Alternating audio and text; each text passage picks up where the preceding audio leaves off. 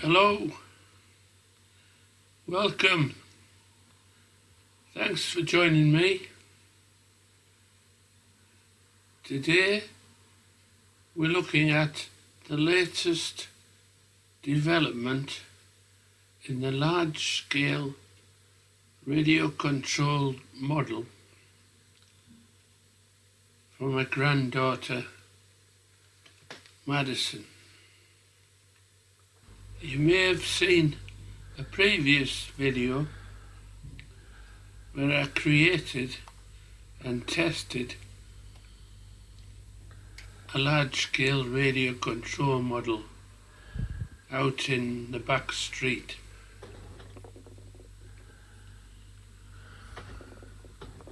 Well, after giving this, as usual, lots of thought and seeing it over and over and daily in my front room, because that's how I evolve any creation, is to live with it and be brutally honest with myself about the positives and negatives, plus receiving any feedback from my YouTube channel supporters, of course. I always value those, but there's lots of compliments, so it's hard to evolve anything based on just that feedback.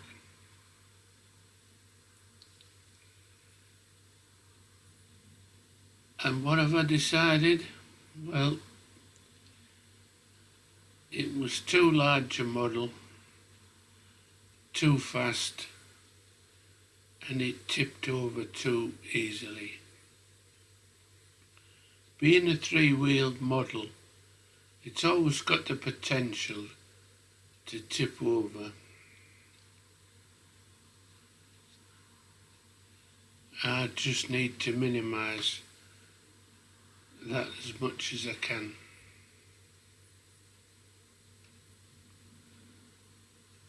When I say it was too large, what sort of size did I think it needed to be? Well, I was happy with the size of the horse shape and model, but not with the chariot or the height of the chariot. So,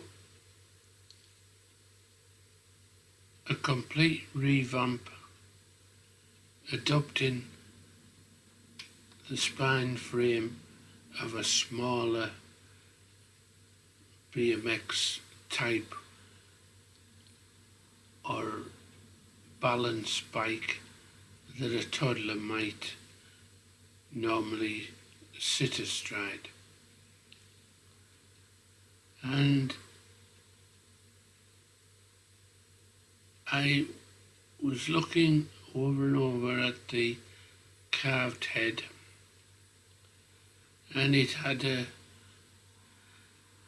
Toy Story sort of feel about it, which I could live with, but it was never created by Michelangelo.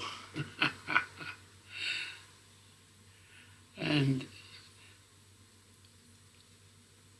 although I intended to carve it more, I kept looking for realism, and that also applied to the body. I had a down tube and back axle deciding the size for me, but I hadn't even attempted modelling and carving or paper mache or whatever for the body. So I looked elsewhere for inspiration. And this came up.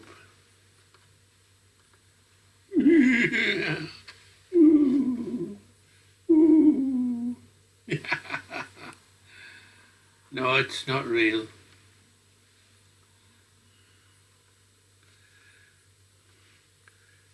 Believe it or not, it's the same size, roughly,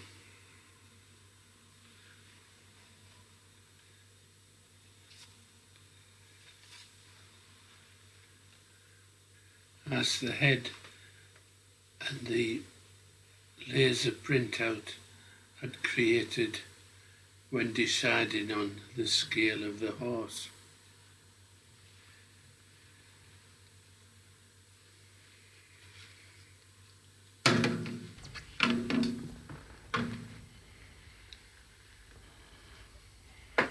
These large-scale plastic toys cried out for development as part of my large-scale radio control model. So let's have a look at the process of creating the new, smaller